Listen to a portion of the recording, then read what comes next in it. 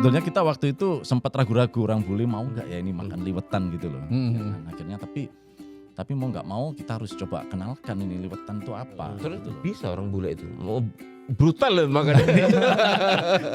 jadi kan mereka bingung kan awalnya bagaimana cara makannya. Ternyata enak juga makan pakai tangan gitu akhirnya.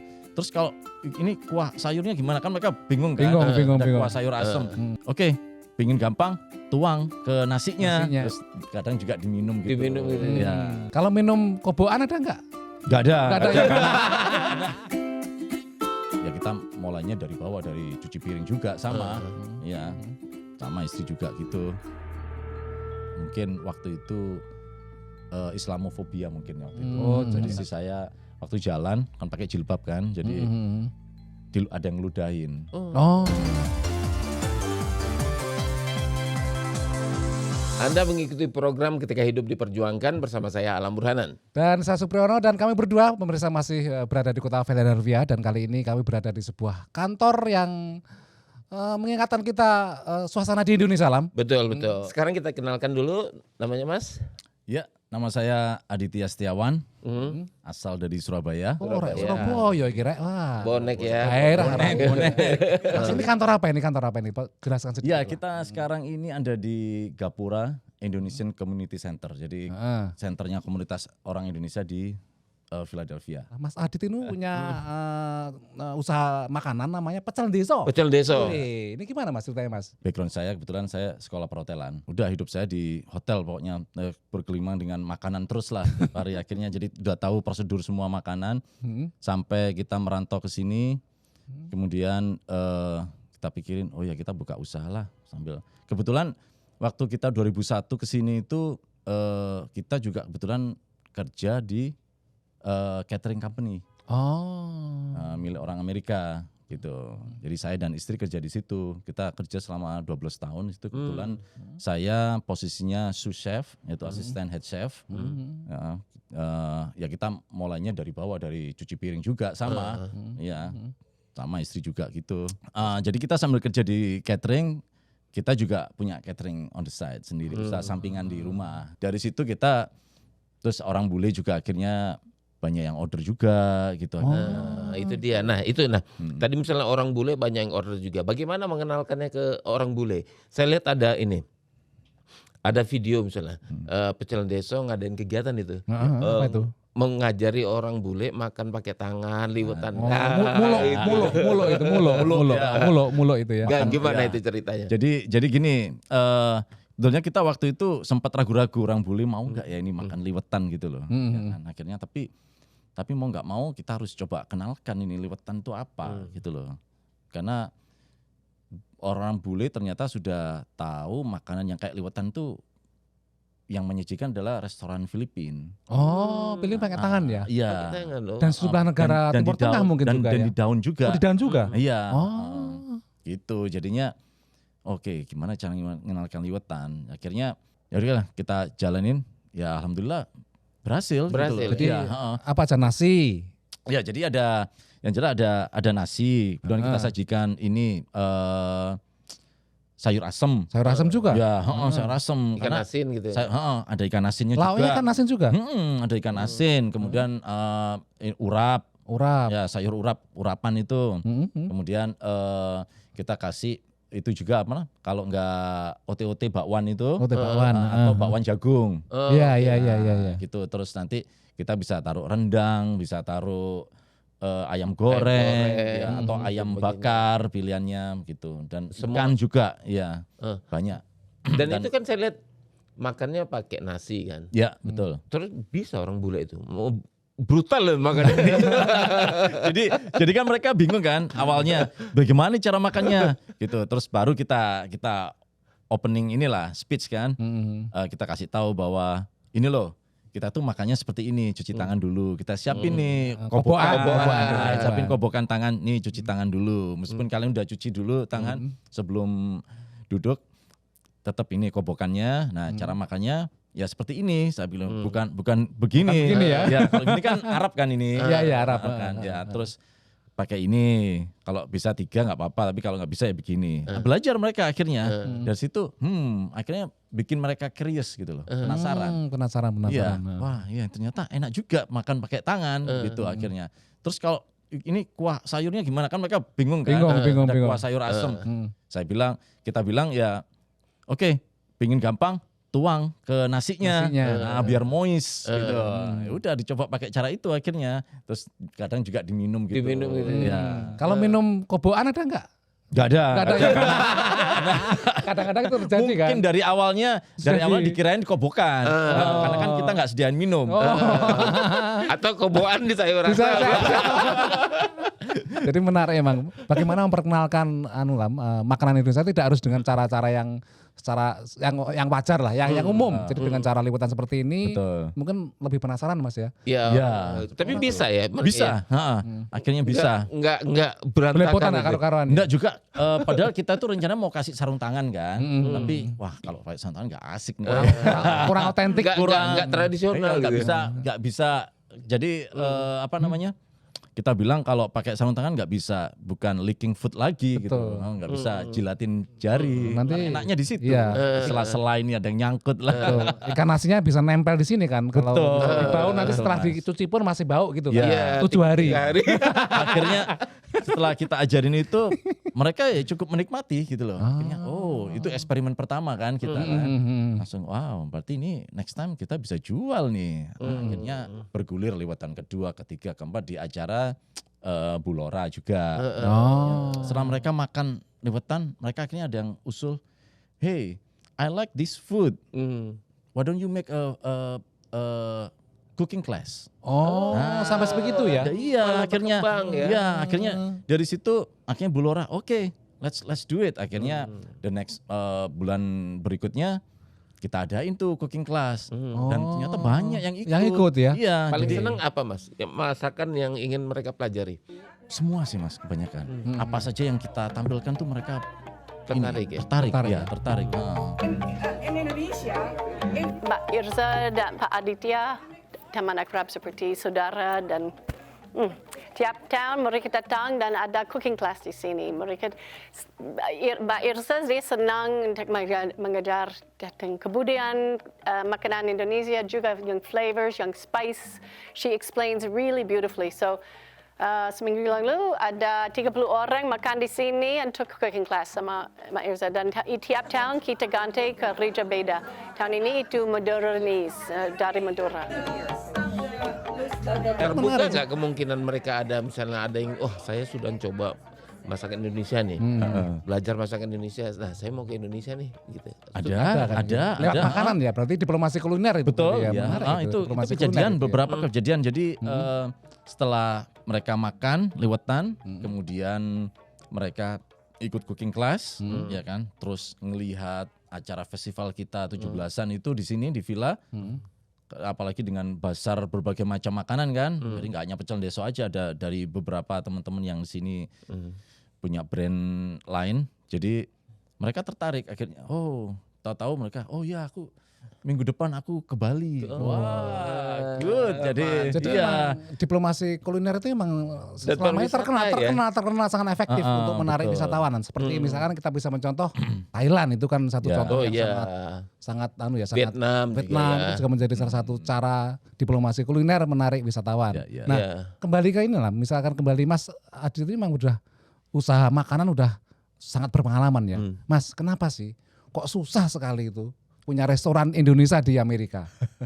Ya itu seperti yang Mas Alam sampaikan tadi awal kan. Jadi yang pertama memang harus sesuai prosedur di sini. Di sini ketat sekali sih memang ya kan. Karena kita harus ikut kelas.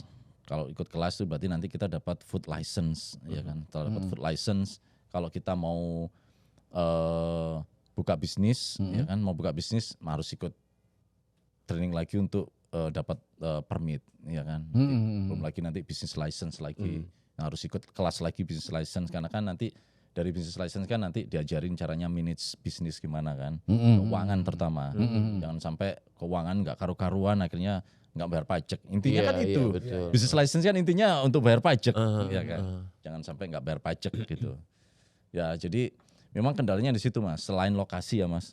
Lokasi. Ya, selain lokasi. Artinya sebenarnya apakah memang bukan masalah makanannya ya? Kalau makanan sampean percaya bahwa orang Amerika itu akan suka dengan makanan Iya, Indonesia. berani coba mereka orangnya. Atau Amerika. mungkin nggak mereka perlu dimodifikasi misalkan makanan Indonesia?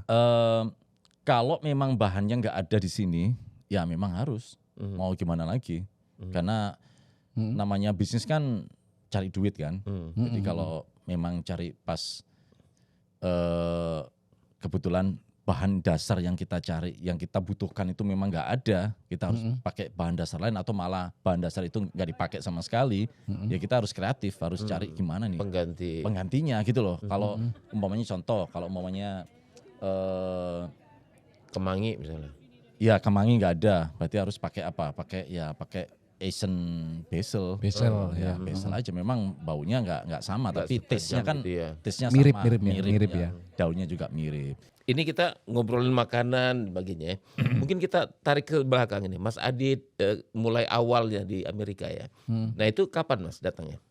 Iya, saya datang itu bulan Oktober 2001. Jadi waktu itu ke sini langsung masuk kerja sebagai di hotel atau di apa?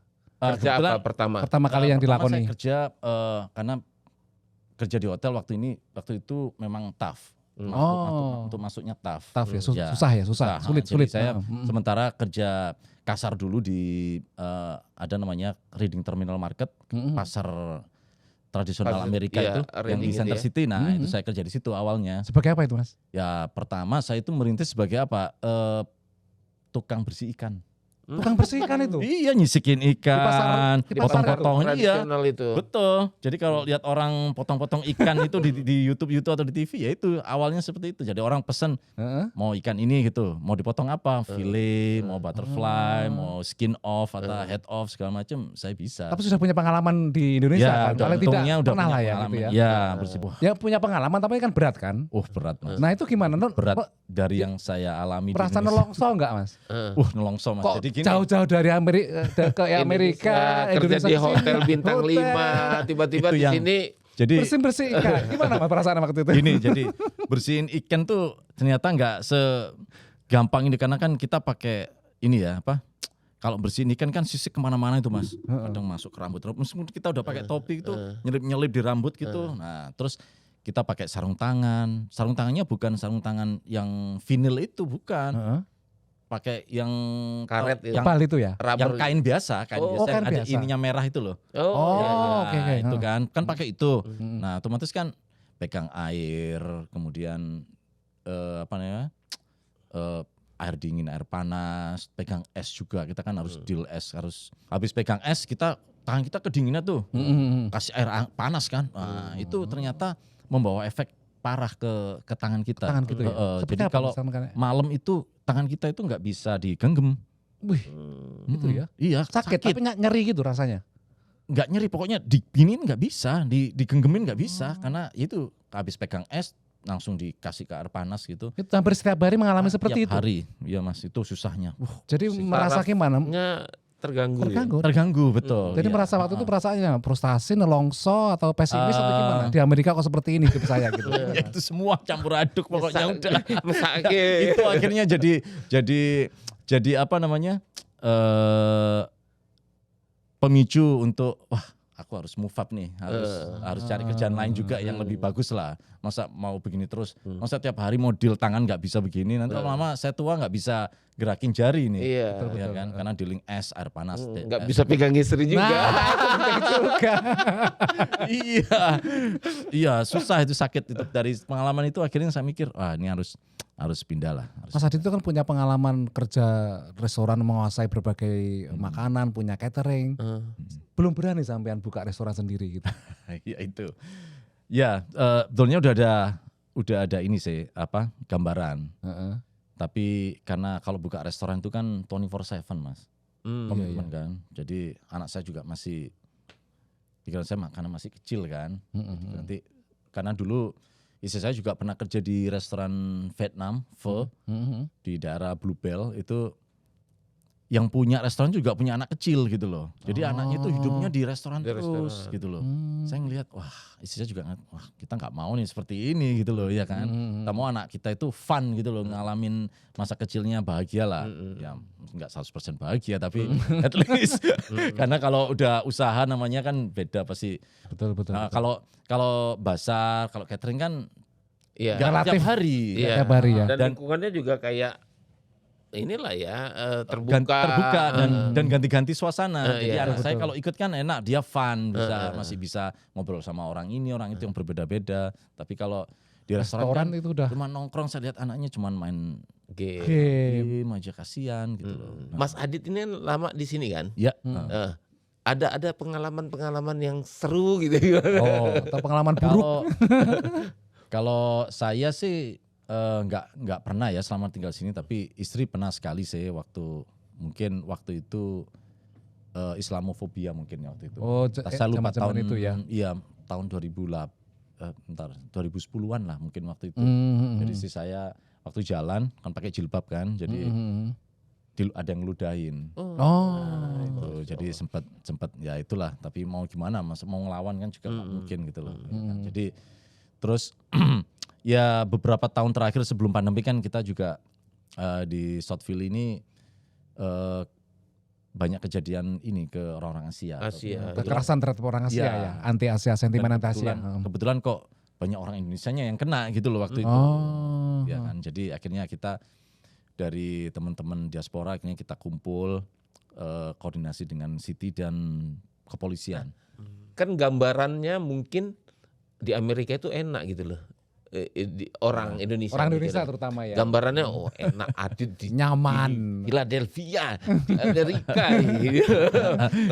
Dolar. Dolar, wah, banyak artis dan sebagainya kan gitu Ya. kan mikirnya gitu.